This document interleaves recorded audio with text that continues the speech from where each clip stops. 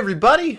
It's another Table 13, the show, a streaming show. It's not a podcast, right? This is not a real podcast. No, you don't podcast with videos. So, well, it could be a podcast if you strip the video off of it, right? That's possible. Yeah. Okay. Have to upload it to a podcasting service. Is that what defines a podcast? Whether it's on a podcast service? Well, that's all right. That's interesting. Well, anyway, that's not the topic. No, the topic tonight of this streaming show is race building, and so we've instructed our community to provide us with some races, which they have not done, and we have come up with some races as well. We supplied us with races. We supplied ourselves with races. Yes. Thanks, guys. And we're gonna check out some other resources that online about races that have been done before. So the first one I want to talk about is like a good old 500-kilometer run. That's like the ultra marathons are really the best kind of race, I think, to start with when you're constructing one, because you don't want to go with really short races because there's not a lot to work on. I really feel like the short races are the best ones. What? Yeah, but they're all the same. About height? Like, what's going on? No. The like races. Right. It's like I'm talking about ultra marathon races. What else would we be talking about? Right. It's like the the length. No, the length. No, the length of the races. How long they are. That's how you categorize them. Or what? Like, is that different from height? I don't What? understand. No. Length, length and height. No. Yeah. Well, I mean, you usually measure. Like if you're doing a 5-kilometer race, you measure it in kilometers. You don't. And you say length. Oh, race. I mean. Yeah, it's it's an enormously tall race. Anyway, that was the joke. I think that's the problem. You did. You missed the 5K bit. No, but really, we're talking about 5e races, not that. And I was gonna make a joke about like go into the other way of building races, but we don't want to talk about my eugenics program. So. Yeah. And right. yet And we... in the call. It was fun, guys. And that is yes, table I cut all my 13. hair off. Yeah. Right? Oh yeah. Okay. I cut it off. Yep. But anyway, no. 5e races, D&D, elves, goblins, dwarves, all those things. And we're going to kind of go into homebrewing, and this might be like the start of some kind of series, I think. Am I feeling like a series on homebrewing coming up here? Is that what I feel? Maybe Am I feeling that? Maybe a little bit of... I mean, it's really kind of just... It's like doubling back, because we could have like done these in a different order. We could have have. More effective. Yeah. Like but brewing stuff. Our very strict organizational system has decreed that now is the best time to do this. Suggesting that maybe it would have been a good idea to have some sort of format in place. What? Before we got going. No, that's weird. No. Yeah, I wish one of us would have thought of that before. Man. Jeez. Too bad none of us actually flying by the seat of my pants. Work in this kind of industry. It'd be great if we had someone who actually worked with video and stuff all the time. But anyway, so yeah, we have gonna kind of dip our toe into talking about home brewing, and like how you can go wrong, how you can be ineffective, and kind of also what like the races themselves are supposed to represent in the game, because at the very base of it, a race is just another way to make your character different from the other characters that are in the game, the other NPCs that you interact with. It's the first step in building a character is choosing a race, usually.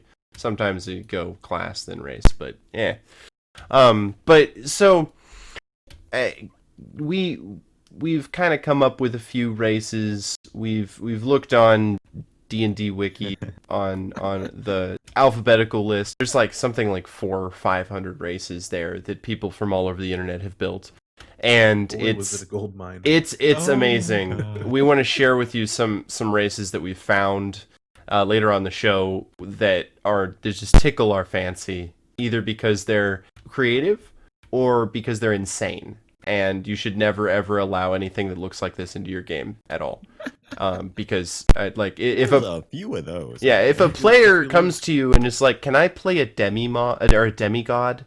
You shouldn't let them do that. You shouldn't let them play a demigod. That's kind of a given, right? But if you leave just the smallest crack, they might just schlump right in there. Schlumph. We'll get to that. We'll get to the schlumph. Get into their goop form first. Yeah, they get into the goop form. Okay. In all seriousness, to start off with, gonna present, I guess, some races that we've homebrewed for games ourselves or come up with in this last week, and kind of talk about what we did with them, like what we kind of wanted to do, and what turned out to be a problem. So the first one I want to talk about for myself is I ran a game called Statoglod, and one of the races was Fairy, and they were what? What's wrong with the fairies? I mean, after playing and Zeke, I hope you're here because this is we're talking about Fox, because the thing that made them broken was, first of all, they were a tiny size, so they had advantage on stealth checks, and they had unrestricted 30 feet flight and hover and all that shit. So anything that I constructed that was designed for people that couldn't just fly anywhere they wanted to was completely overridden by the fairy. And anything that was impassable or difficult to get through for the fairy was either immediately destructive for the rest of the party or obvious that it was just a blockade for the fairy. So that was kind of my realization in 5e, that races really do define quite a bit of the like how the character is played if it's given too much weight. You know, if you're given an ability as a race like unrestricted 30 feet flight, it turns, they're going to use that all the time, and it's going to override everything else about their character. I would say that it's not as if there aren't ways to challenge characters that don't involve like the inability to cross a certain space without flight, but the ability to move, in 3 dimensions freely when no one else can is a significant advantage. And it's not that like it was broken in itself. It was that the rest of the party didn't have that ability, which made it hard to deal with. Yeah, I'm going to play the devil's advocate here and argue for the fairy, because I built these races and it's sad. You're tearing apart my race. I'm sorry. I believe we said they were ridiculous when you made them. When you made them. Yeah, they were the most ridiculous of the ones that we made. Because of that fucking flight. They were built to the scale. They weren't They're as balanced as you could make. Something that's tiny that in a system that doesn't account for that. The tiny feature also gives them disadvantage on athletics checks or strength checks. Yeah, but so there's a negative to that. They never attempted those. Like that. Right. That's because you play the part of your character. Right. But that's what I'm saying is that's what made it. If you're playing a class or you're playing a race where it makes that much difference in determining what your character does, that it's I'm not going to try to open that door because I'm a fairy. Any of the races from the book that kind of thing isn't gonna come up with any of the other ones. Barbarians break the doors down. Right. But that's a class. A certain amount. But it's the same thing. If the party comes up to a challenge that requires somebody that needs strength, you're going to look to the player that has the good strength. Yeah, it's like somebody who's a race that has a natural strength modifier. Like that is going to deter. Like you're probably going to play like a class that's good at your the thing you're trying to do the most of, unless you're not. And I mean that happens too. But you're still going to try and have decent stats in the thing you're good at, I guess. Right. So unless you're intentionally working against type for your character, it's going to end up like you play to your strengths. I mean, that's how everybody goes. Zeke, you're ruining it for me. The flight, though. I mean, Aarakocra have flight. Not unrestricted flight. Though. Yeah. Is it not? No, it's not. They have to.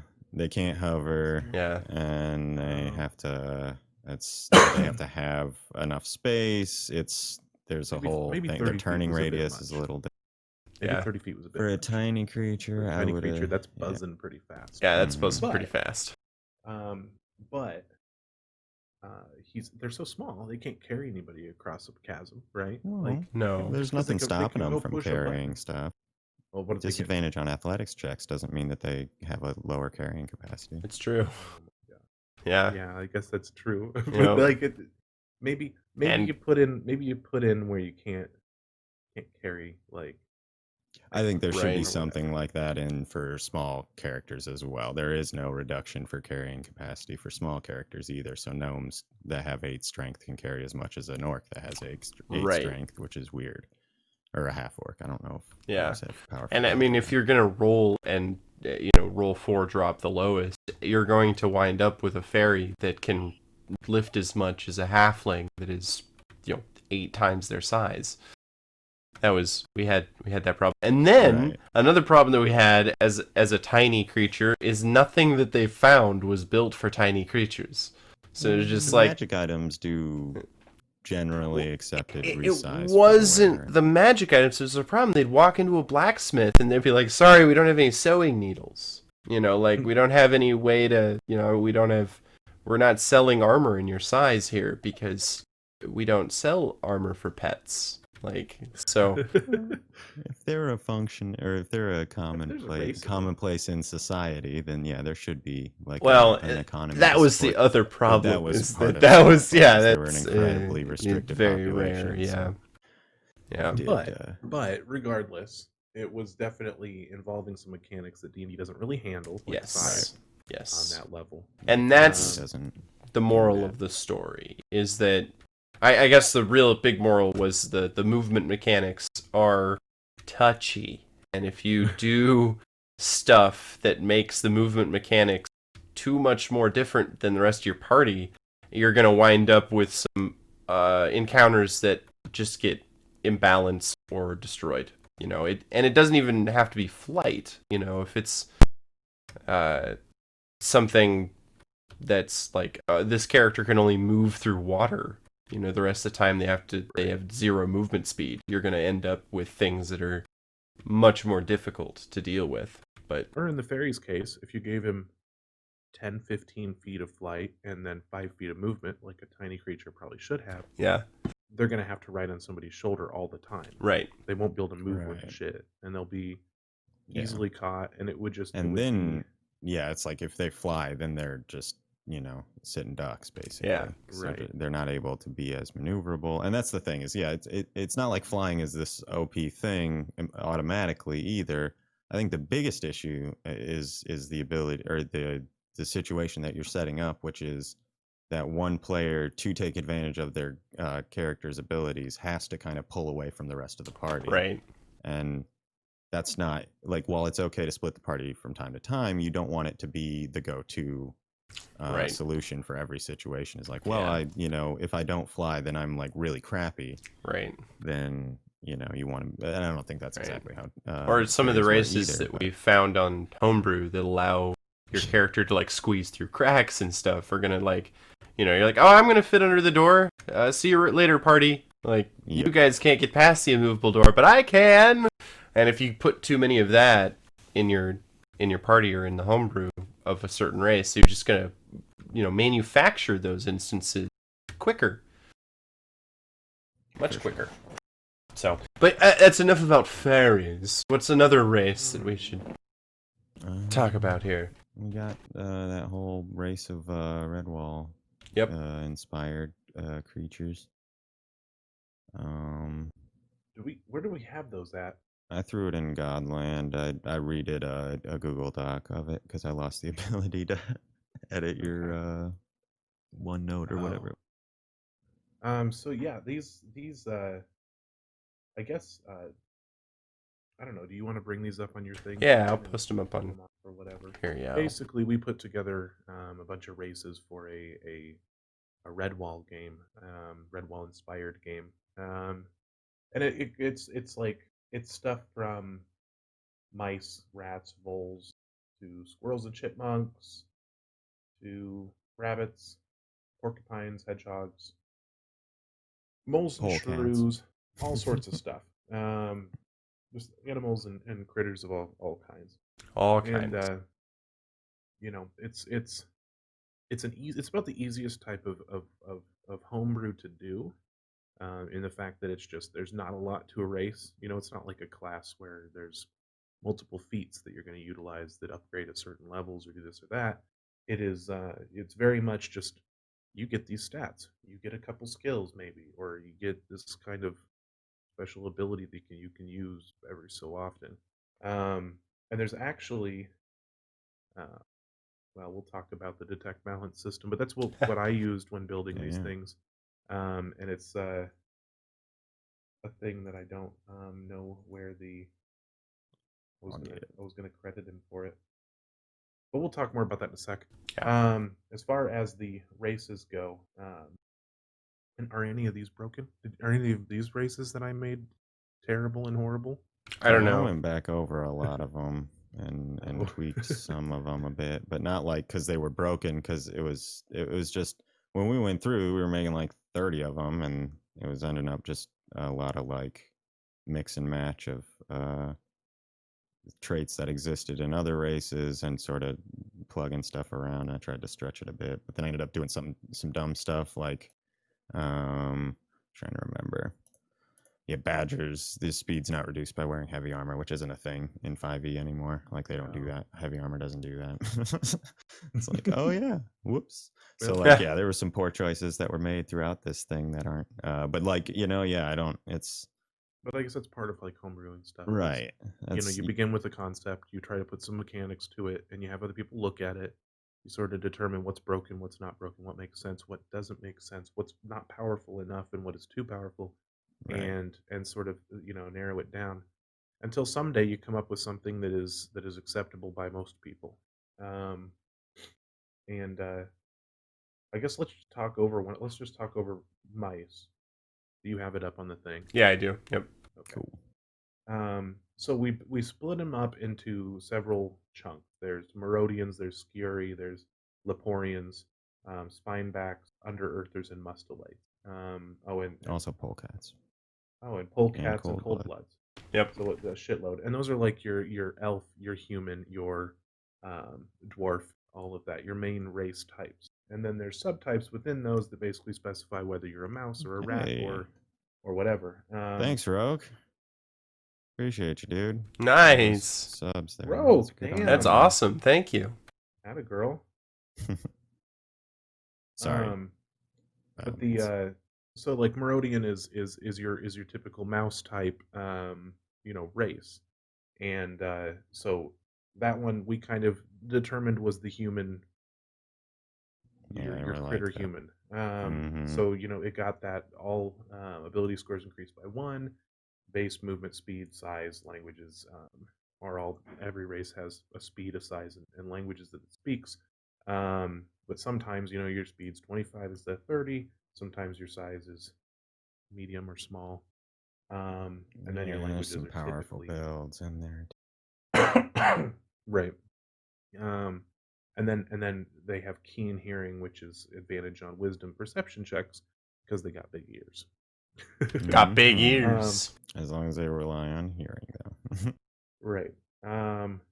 So then there's you have your subtypes, which is like mouse. You may move through a space occupied by another creature, which is really just borrowed from halfling. Yep. Lightfoot, I think. And versatile skills. You're proficient in 2 skills of your choice. So they're kind of the this skillful variant of that race. And then rats, they're actually medium, so it overrides the size small. Dark furred, you have advantage on stealth rolls while attempting to hide in low light conditions. They are resilient, have advantage on Constitution saving throws to resist poison, and they live off the land. And this is probably some lore stuff, and that could be different depending on your game.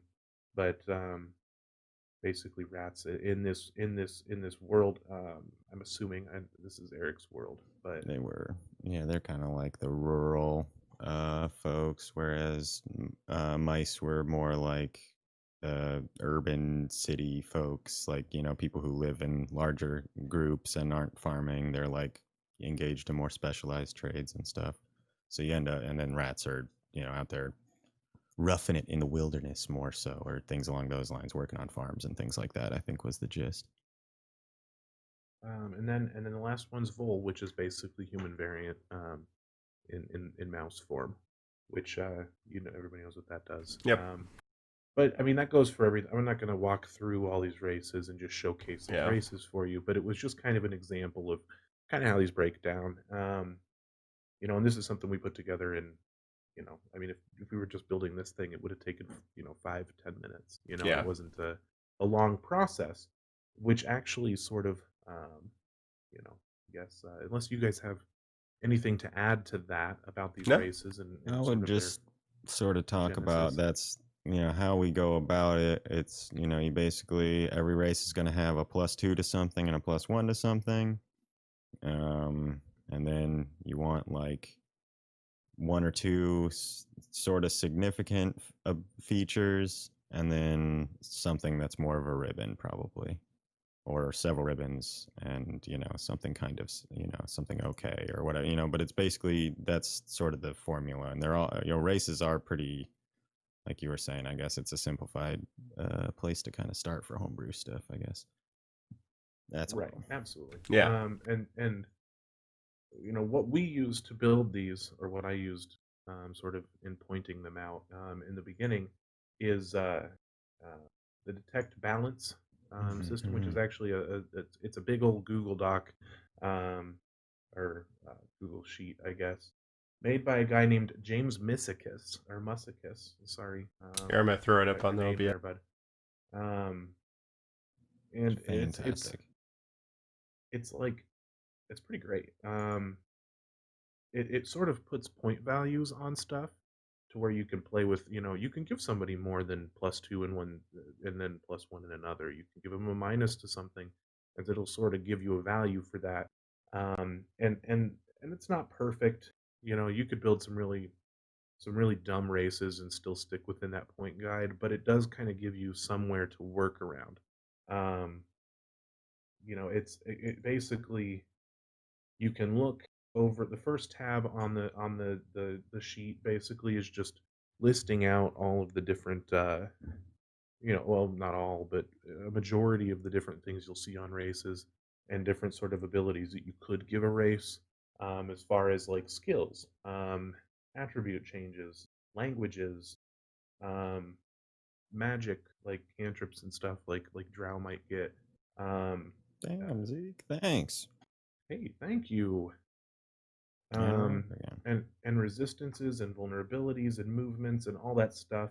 And you can look through the other tabs on it, and it shows kind of what other races score as. And some races are just, they score better because they're more powerful races. But it sort of gives you somewhere to work around. Like human variant, according to this race, is 33 points. Whereas something like regular ass human is only 17 points, which that's probably about that's the biggest and the smallest point values on there. But if you sit somewhere, typically I try to build mine around 28, 26 to 28 is kind of where I want to build my races at. Yep.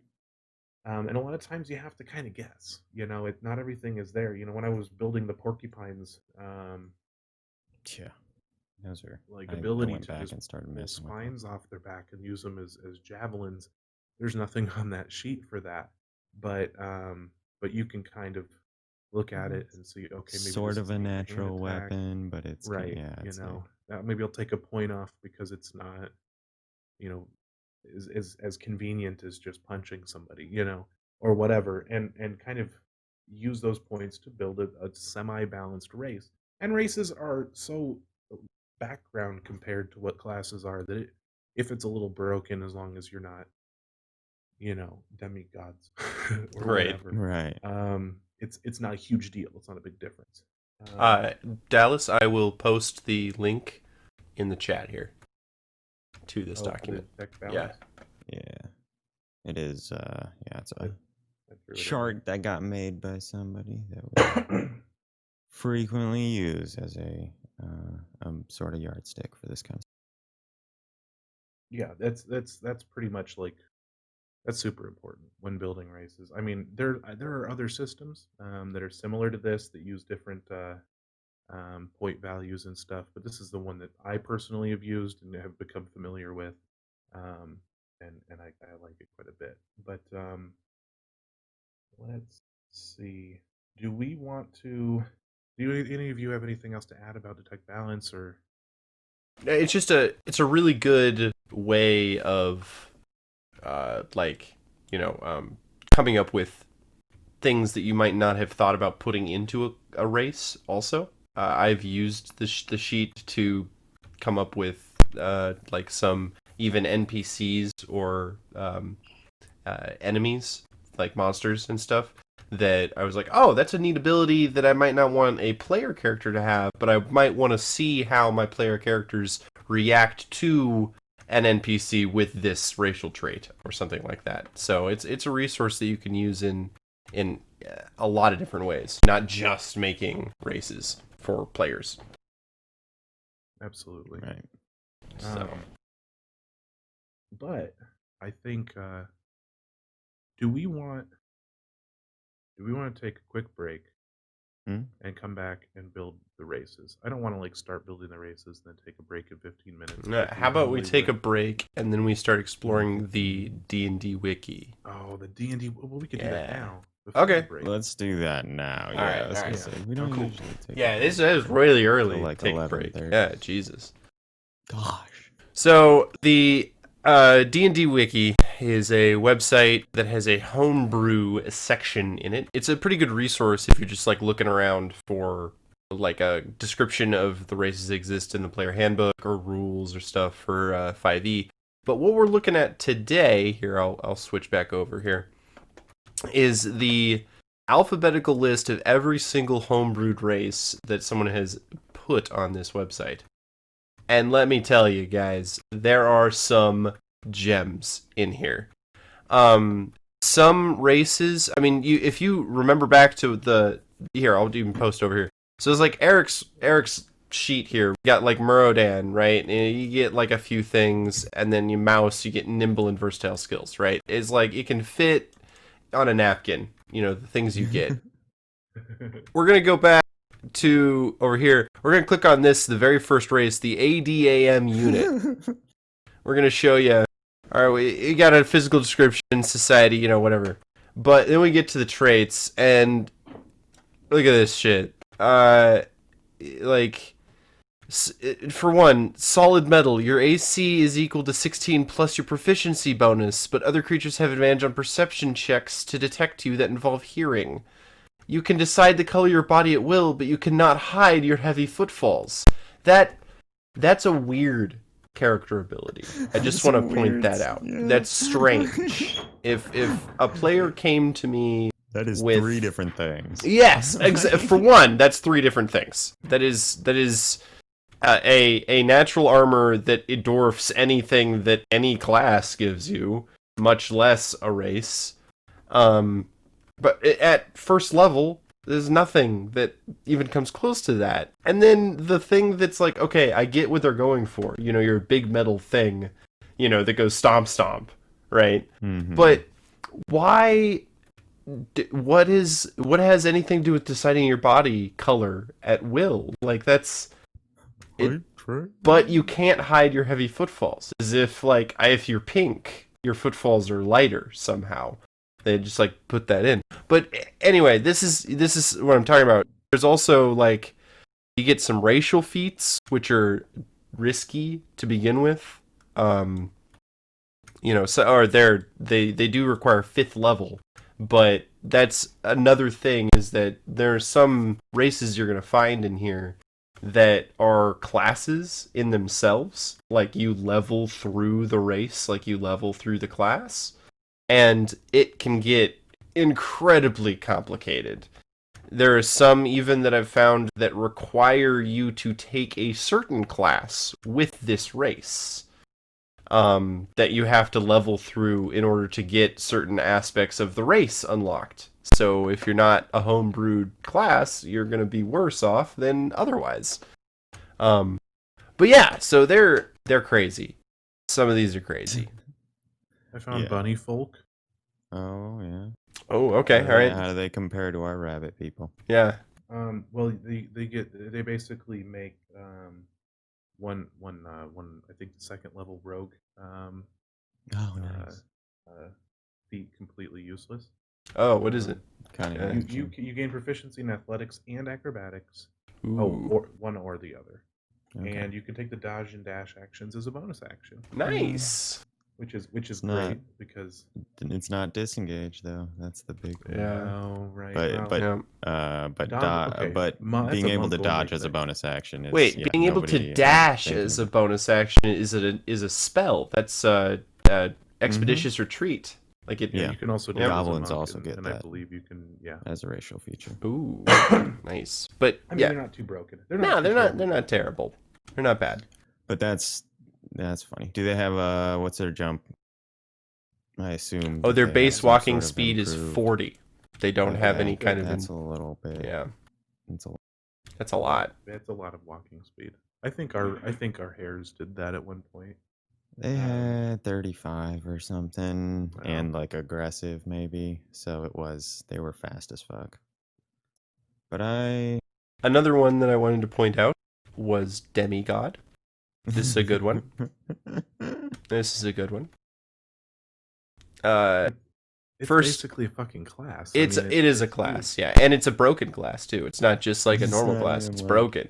First, you have to roll on a parentage table to determine which parent, or like how you became a demigod.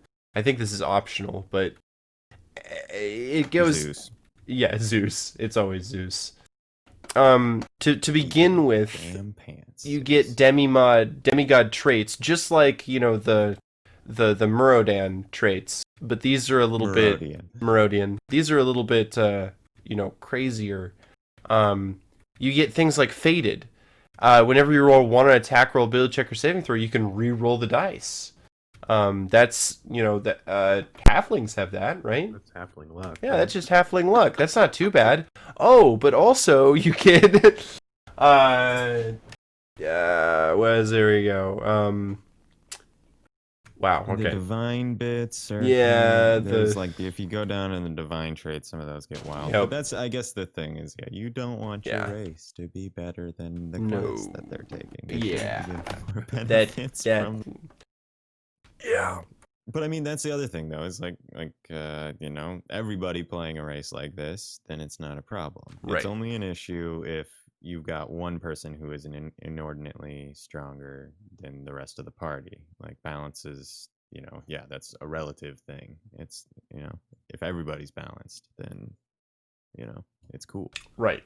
But if like two people are playing a human and a dwarf, and you got someone rolled up a Somebody demimod else is or different. demigod. I keep saying demimod, which is the name of our head moderator, and he's infected my No, that's mind. just all of our That's all moderators are the demigods. Oh, He's right, the right. No, he's the Mod demimod. Emperor. No, he's Oh, the mod emperor. Yeah, that's right. That's right. Band of mankind. That's Right, right. yeah, Yes. that's right, that's right. So demigods, yes, demigods It'd are. be fun to play like a demigod campaign, right? Like a Yeah. regular demigod. I And was you That would play be like cool. some kind of I always forget what it's called when you like play more than one class at once. multi-classing. and they level up like together. Oh. like dual class. Dual classing, Yeah, or whatever. There's a word for it, but anyway, it'd be pretty cool. But yeah, this is like a book. Like this is Yeah, it's huge. Because you get one general divine portfolio trait, oh, and then you get to pick a portfolio specific like trait as well, based on if you're Arcana, Death, Forge, Grave, Knowledge, Life, Light, Nature, Tempest, Trickery, or War. It's just too much. This is way too much. places. It's You can way have, too a lot of much. different demimods, right? Yeah, Demigods. demigods. God damn it, Yeah, you're ha ruining ha ha ha. ruining that word for you. Get it together. And Bags pointed out it's called Gestalt. Isn't it Gestalt? Is it Gestalt? Yeah, I think I don't it's know. RG. Okay. But yeah, there's and then there are some.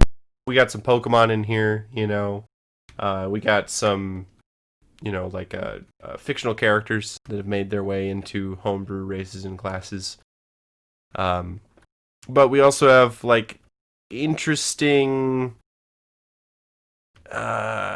Here's an interesting idea. I found Murloc. Anybody played WoW? They're there. That would be a fun stuff. Yeah. All the names are like Murloc and stuff like that, which is great. But yeah, so these are great. Hey, if anyone in the chat wants to join us on this link in this place here, and they want to talk about any of these, throw them up here. I'll post it in the chat. Yeah, there are some treasures here. And if you're there's Cobloids in here. is that a dig? Coming at you. Is that a dig? Yeah. Was that a dig? I thought so. A dig. So yeah, there's the link. If you guys go in there and find one of these that you think that we need to talk about, throw it up in the chat and we'll talk about it. Here's Lich, and it's spelled like witch. TCH. I'm about that. Is it broken? I wonder. Nice. Yeah, that's right. Yeah, Lich, Litch. It's good stuff. Yeah. There are some good ones. Let's see what Lich are about. I mean, thinking a lot of stuff. I found So they know the Ray of Frost cantrip. Okay. Cool. They because you get that from living on top of mountains. That makes sense. Fleet snow. The snow and ice do not slow you down. It empowers you. When in Arctic terrain, your basic walking speed is 35 feet. Oh. These are like White Walkers. That's why it's. I wonder if they spelled Lich like that in World of Warcraft. No way. I mean, that's Arthas, man. Ice is not the toughest thing out there, but you can make it work in a pinch. When you aren't wearing armor, your AC is 12 plus your Dex modifier. That's not terrible. I mean, that's like a Doxodon thing, right? 12. Yeah, that's not bad. But you get magic, you get speed, you get armor. You're resistant to cold damage. You don't have to eat. You don't have to eat, drink, breathe, or sleep. That's kind of a big one. You're also undead. And you're necrotic. You're resistant to necrotic damage.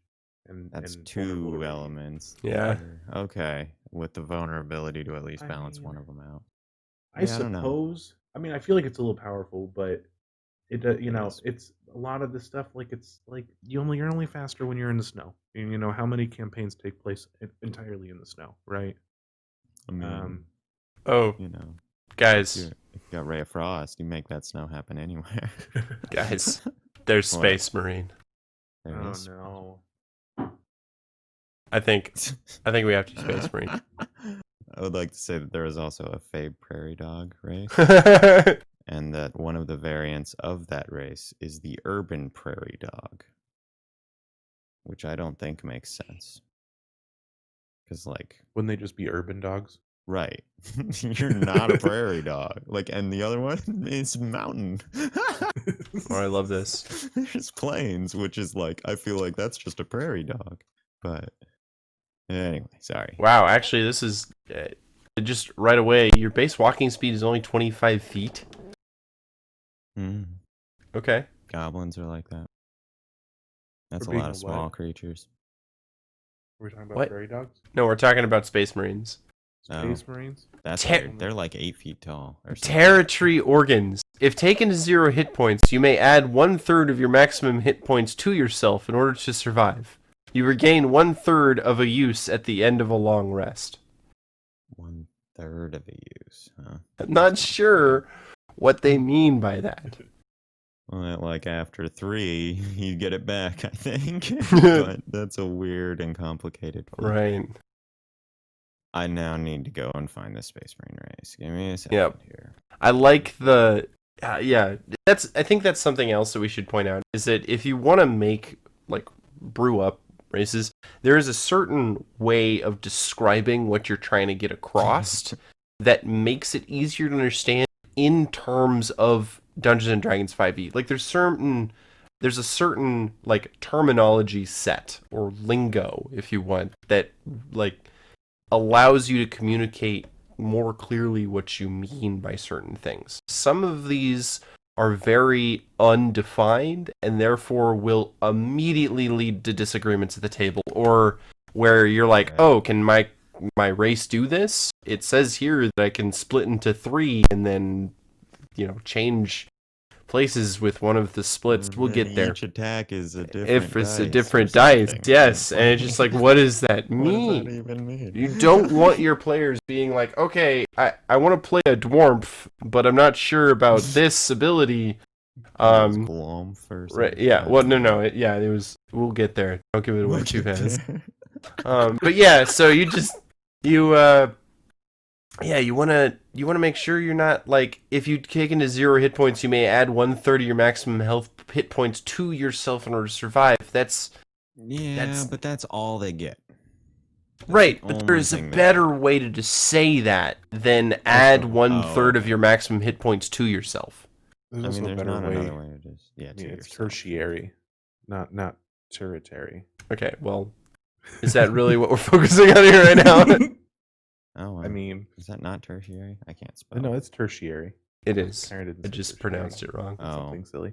Well, I would phrase that like when your hit points become 0, or when your hit point total becomes 0, you gain 1/3 of your hit points back. You can only, you cannot use this Once feature you use again this until feature you cannot be complete used 3 until long you- rests. Yeah. If that's the way you're going to do it.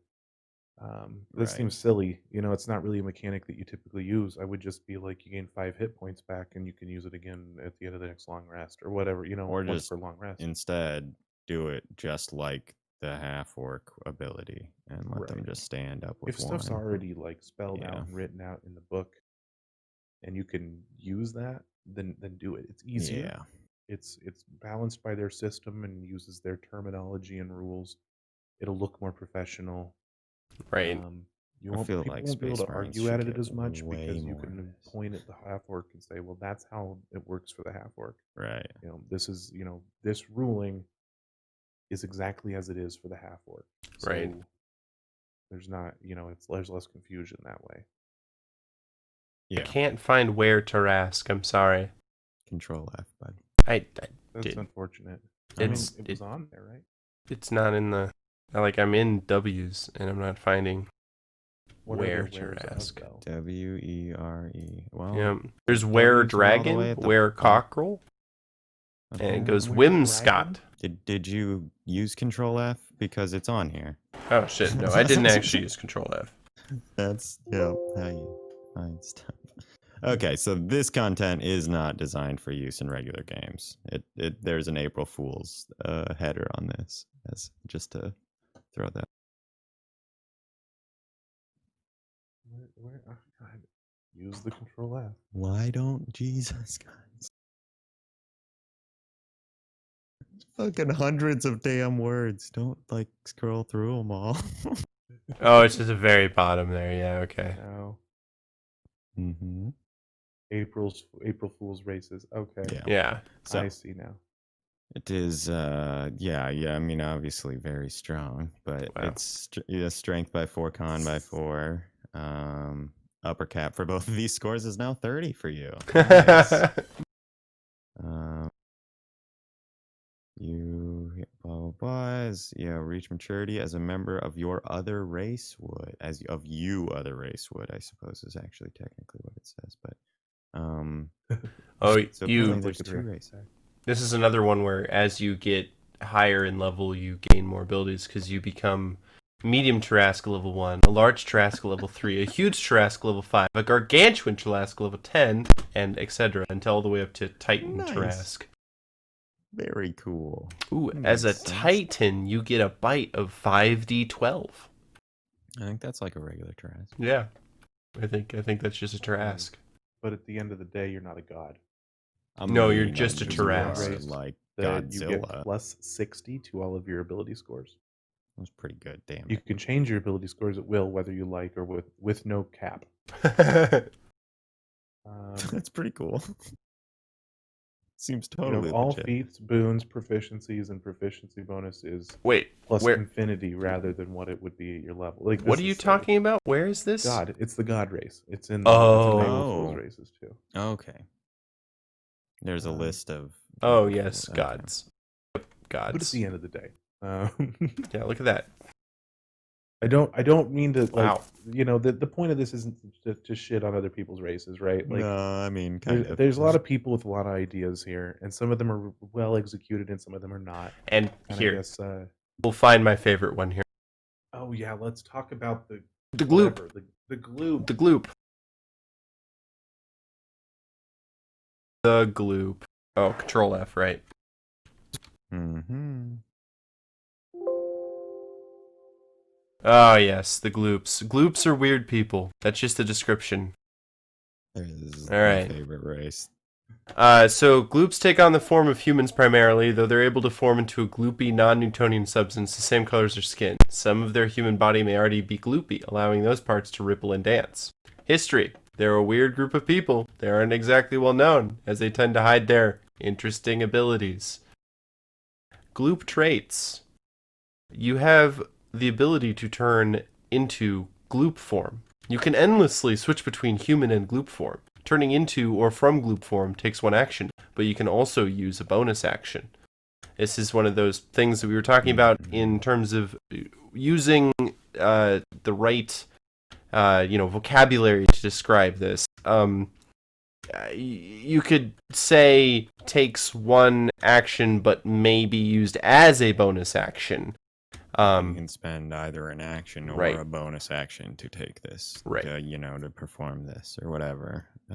Would be a probably better way to say Still that, think because the just way make this it is a bonus hanging, like, action, Right. and then they just have to use their bonus action to do it. Though, it sounds weird. To be it like, is it's a bonus weird. action or an action. you know? nothing else, or usually things don't.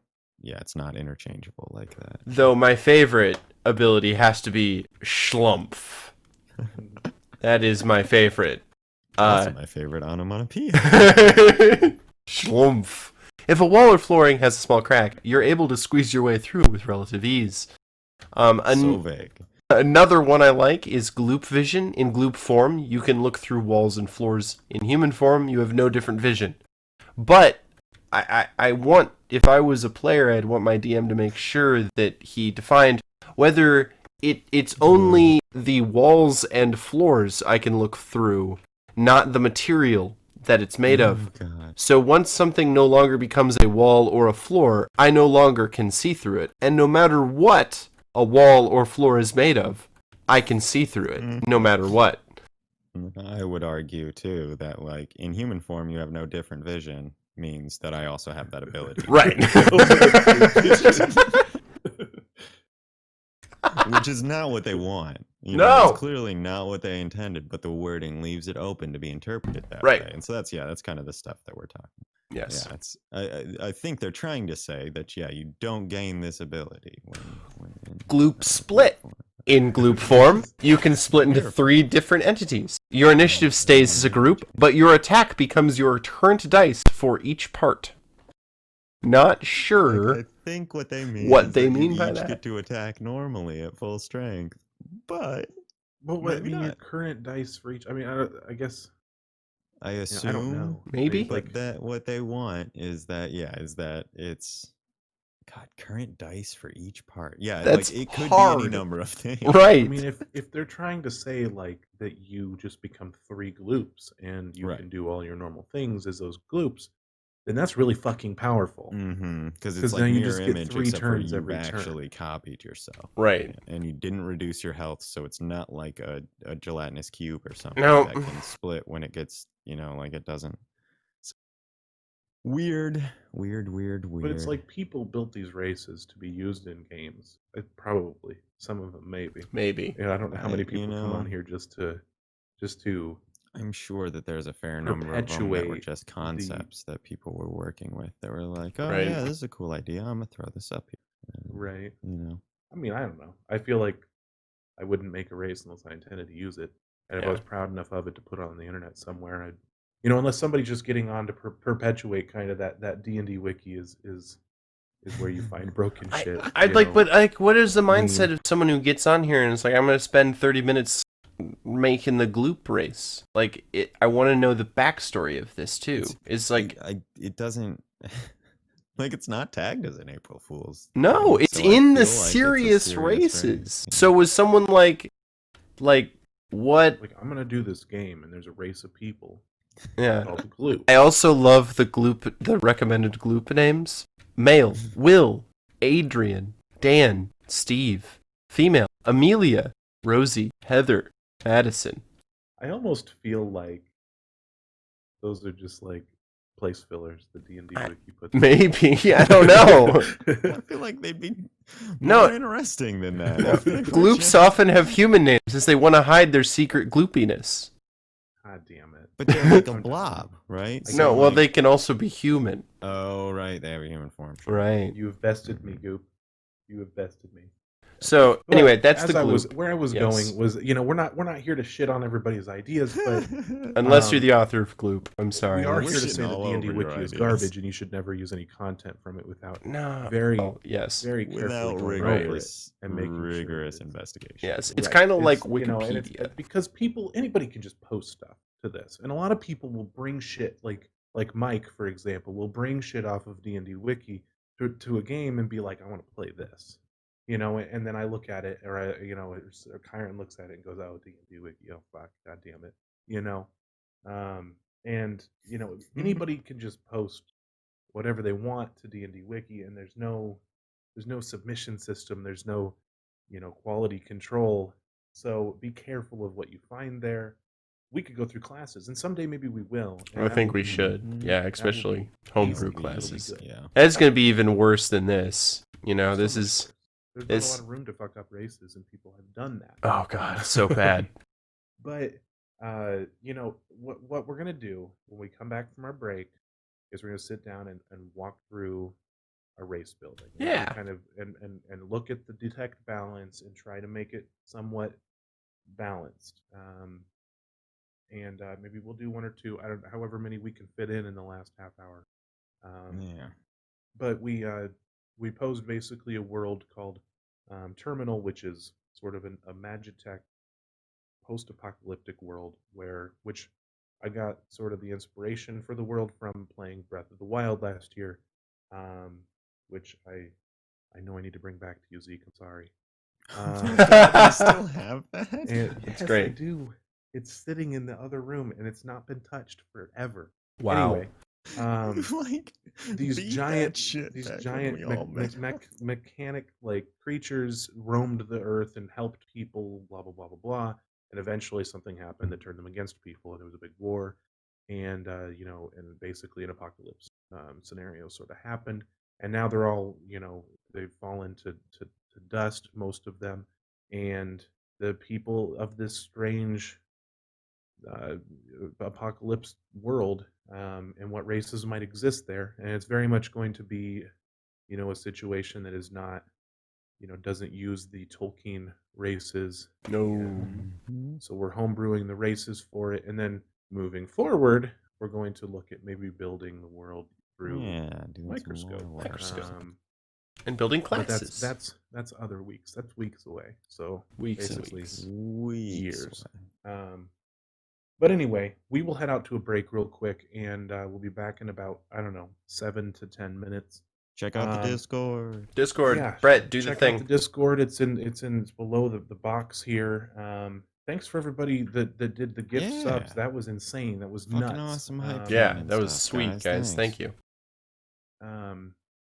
Yeah, Folks. we'll do all the other stuff at the end of it. Oh, okay. Yeah, That's fine. all the other plugs. Okay. Sure thing. I guess. See you in a little bit, guys. Bye. Bye.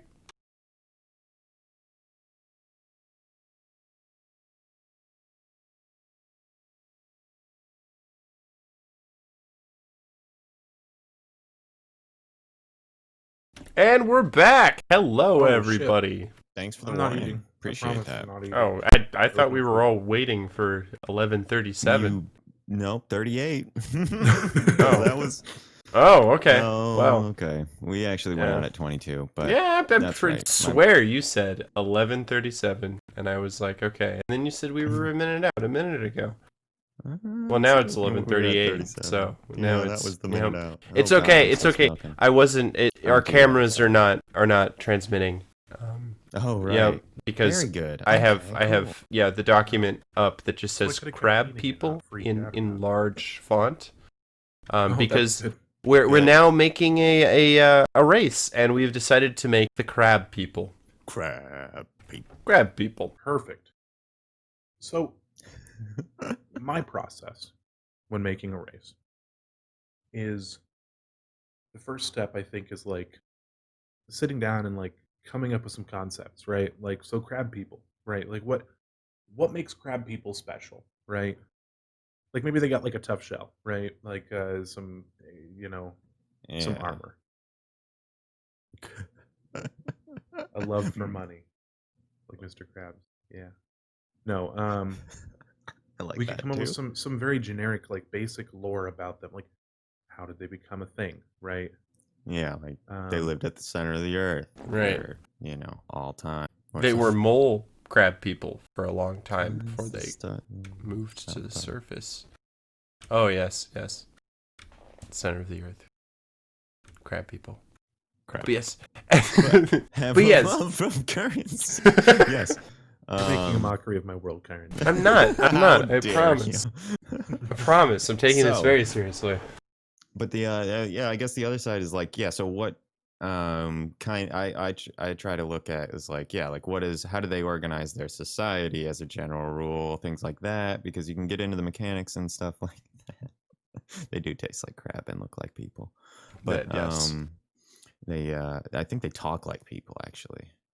Could be wrong. Right. Look like crabs, talk like people. But yes, you don't want to Sorry, make your derailed. race in a vacuum. You Right. want to have something to tie it into the world that you're building, or the lore that you want to get across. It's going to be harder to tie a race into your world that seems out of place. Like we saw, some AI, some robots. If you're doing high fantasy, you're not going to want a robot race in your campaign. So don't homebrew a robot race for your fantasy campaign. I don't know. Warforged. Unless they're Warforged, yes. But if you're talking about like AI and computer stuff, that might be a little bit out of place. So how do these crab people fit into the world at large? Well, are they like like a product of whatever happened on this planet? Are they a race that was there before everything happened? I kind of like the idea that they were raised before everything happened, and they're Okay. like a holdover from before this catastrophe. Okay. All right.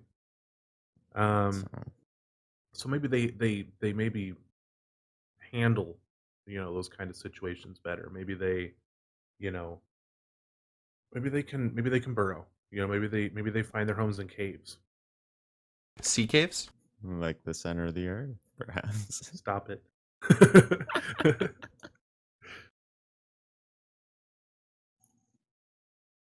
But yeah. Are you? I assume. Damn you're it, taking this Bags. stuff, right? Writing things down, yeah. Writing Kinda. everything down. Sort of. Yep. Okay. So. Sea caves? Sea caves. No, we're good. Keep Yeah. talking, Brett. So okay. I don't like this. Are you? I don't like. You can see what he's writing.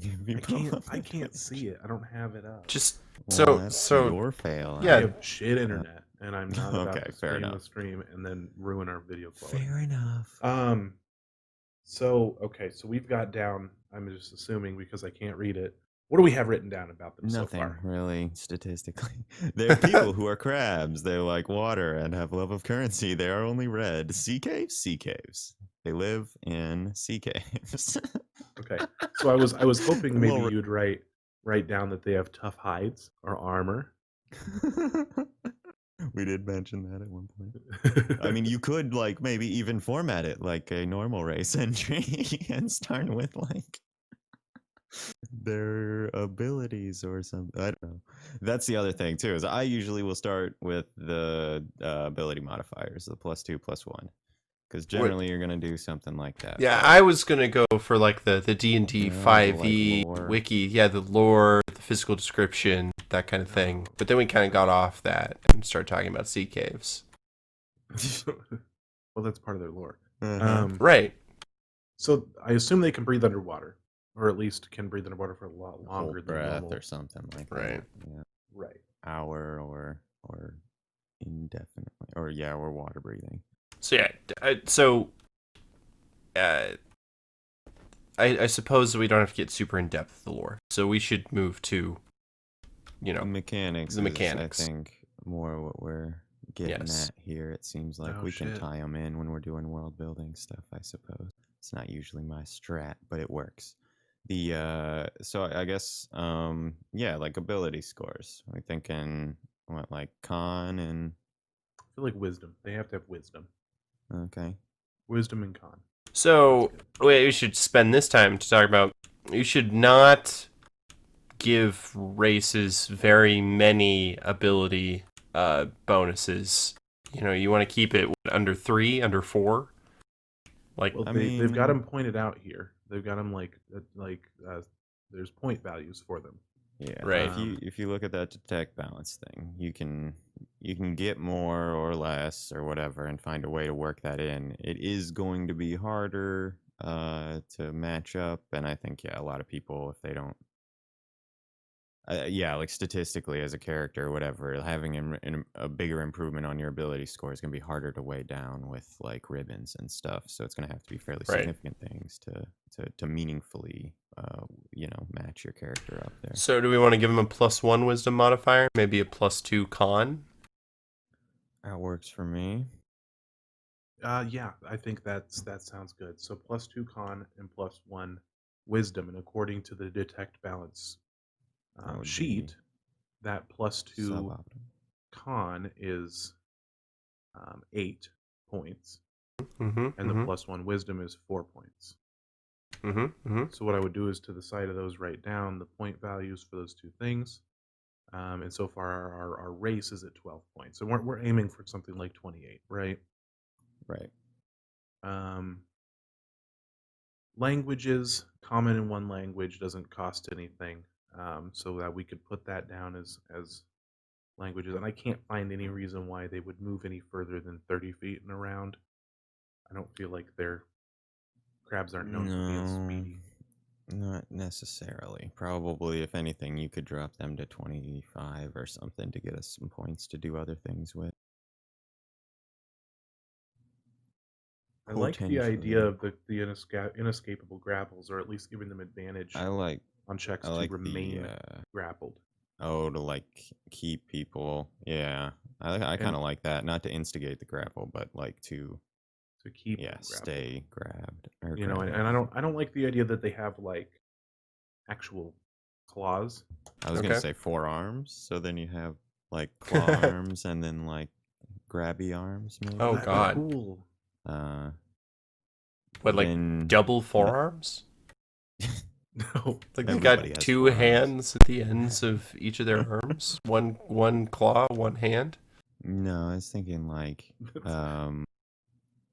I'm trying to think what else would have stuff like that. I guess like spiders or some shit. You've got like main arms and then arms and gotcha. Arms. I see what you're talking about. Broccoli. Broccoli. Sure. No, he doesn't have forearms. No. He's not the one with the forearms. I can't mean, remember his forearms. Yeah.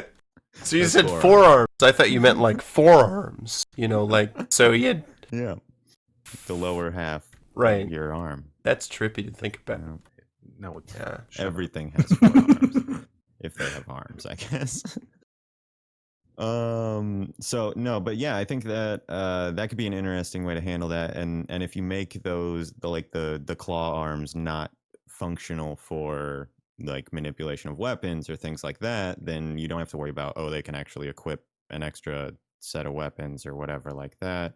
Although they do have some interesting builds out there for things that are like, okay, you can use like an additional, like weapon or something like that, or you can use 2 weapons that have the two-handed property. Or How do some we shit want like to? that, but How do we want to put this down? Claw arms, semicolon, space. you have a. Let's see. I'm trying to think how to put that.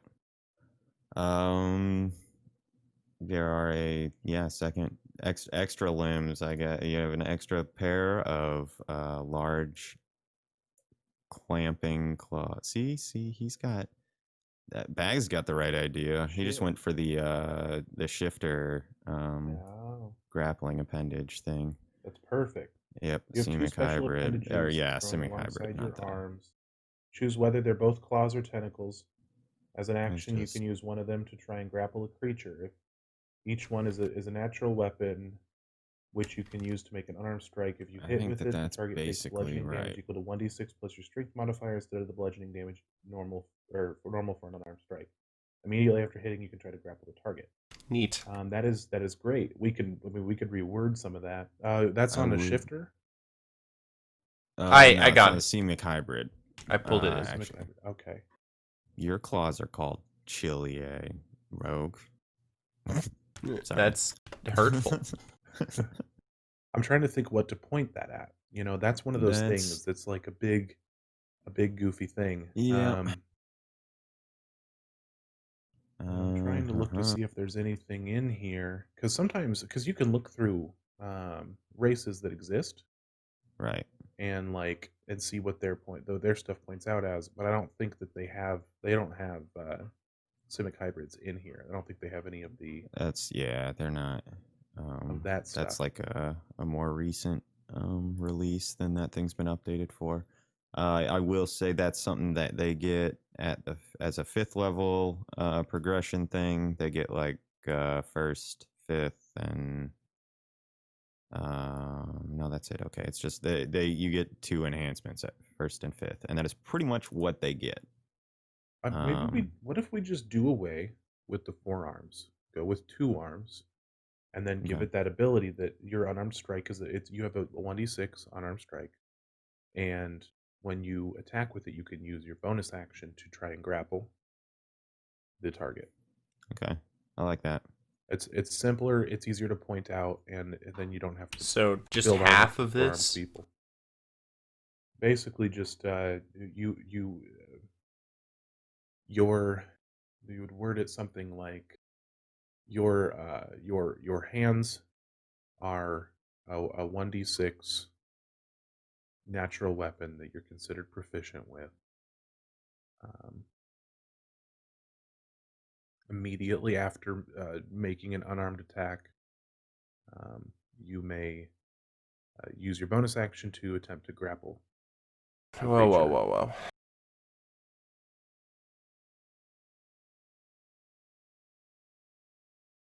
Whoa.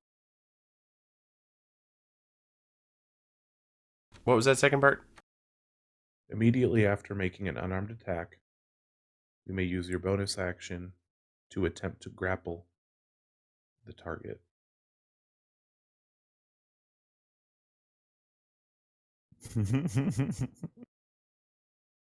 Everybody gets to see how Kyron spells. No! So 1d6 natural weapon. You may attempt to grapple the target? Yes. Use bonus action. Yeah. And then I would also put an addition at the end of that essentially says that you have advantage on athletics checks to prevent people from escaping the grapple. So you wouldn't have advantage on grappling them, but you Trying would to on figure out how to phrase clamping.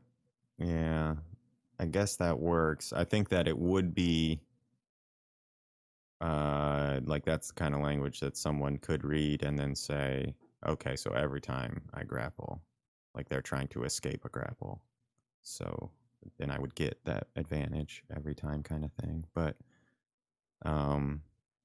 You You could could put say, down when you have a creature grappled, there you go. Yeah. When you have you've advantage on athletics checks. or for grapple contests against that creature or something like that. Yeah. I don't know. But that's going to be a total of 4 points. And the way I determined that was under weapons, a 1d6 natural weapon is 2 points. And then an advantage on a, which I put down as a situational roll. So somewhere between common and rare is another +2. So it'd be 4 points for that feat.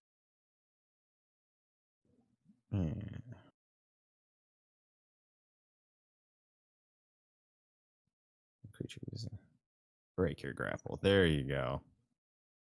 Actually, the way Bags put that in there could be a good one too. Yeah, That's I like some solid wording. But, or some shit. Or some shit. You gotta Okay, put that yep. in there in parentheses. I'm doing that. Yep. And Or something then else let's see. This is great. We could just outsource our race Yeah, building right. to the community. Make you guys do it. Or Bags do it, basically. Oh, that crazy old Bags. Oh, water breathing. Water breathing is It's like a kind of a 1, given. right? I think it's pretty little. It's somewhere in here. Oh, here we go. Amphibious can breathe water and air is 2 points. You can give them like an hour, and it'd only be 1, I think. It's 15 minutes 15 for one. is 1. Yeah. Doesn't breath. I do like the idea, like how Loxodons use Constitution to determine their AC. Oh, the I natural like armor the thing. idea of them doing that for this as well. I think that could be cool. It's nice to kind of to de-incentivize utilizing decks on every goddamn character you build. Yeah. And sort of incentivize people building like barbarians and fighters out of these guys, So I think, and and I might be in the wrong here, but I think like a natural armor of like 12 plus con seems pretty fair. Yeah. 12 or 13 plus con, depending on how we want to roll it. 13 plus con is basically like mage armor all the time, right? I think it's 12. But I don't remember. Mage armor's 13, but it's plus dex. Oh yeah, totally is. You're right. God, that's a weird one though. Oops. Where are you at, Karen? Did you get the water breathing in? I got the water breathing. Yep. Okay. So I would call this next one chitinous shell. How do I fucking spell that? CHITINOUS. And that's that like tough hide or whatever. Right. Yep, I got it. When wearing no armor. Well, not wearing armor. Your AC is not wearing armor, 13 your plus AC con. is 13 plus your Constitution modifier. Yep. Yeah. And that is 3 points. That'd be kind of interesting too, doing it like the Tortle, so they just have a static. Oh, that's cool. And then can't like benefit from armor normally. I think I kind of like the idea of having them more along the lines of Loxodon, where the tougher they are, the better their armor is, kind of though. Or the better their shell is at defending or deflecting stuff. You're scrolled up a bit from where you're actually typing on the screen, by the way, there. Whoops.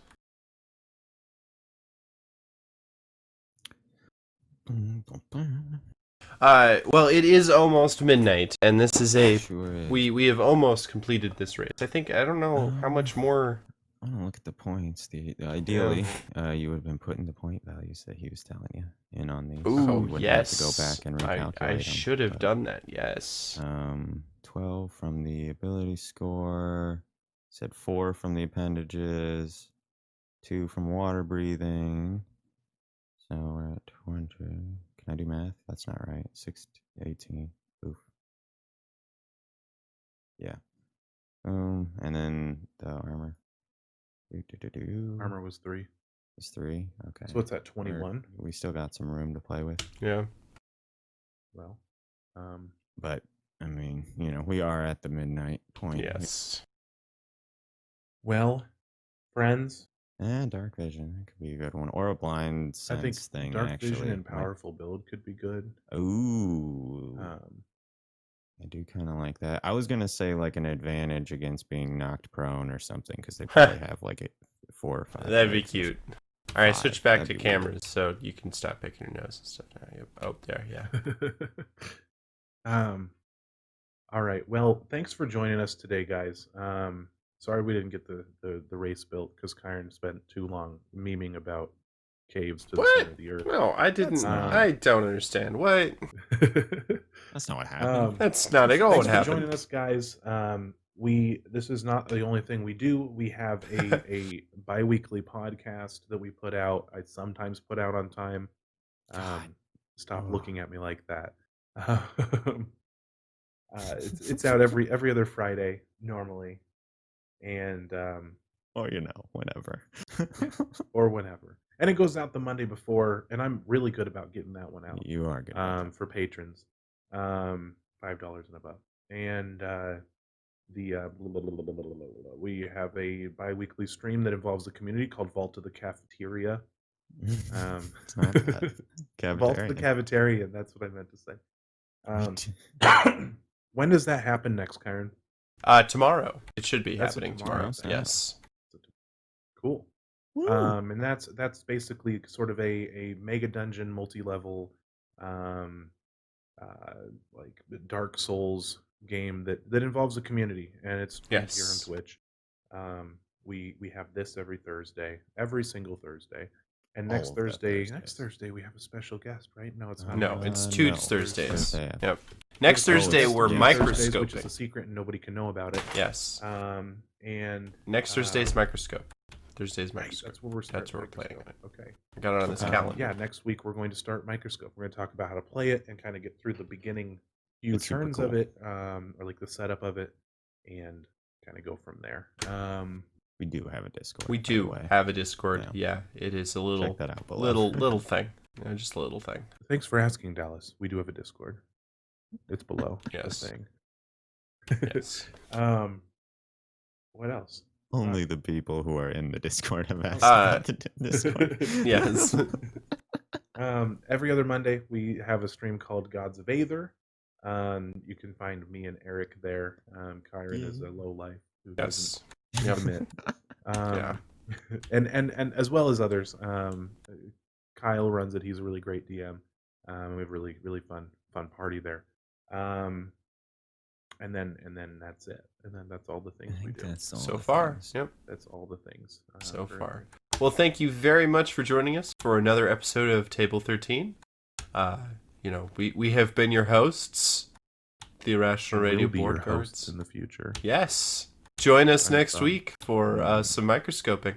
I'm actually a parasite. You are all my hosts. And with that, have a good night, everybody. Goodbye.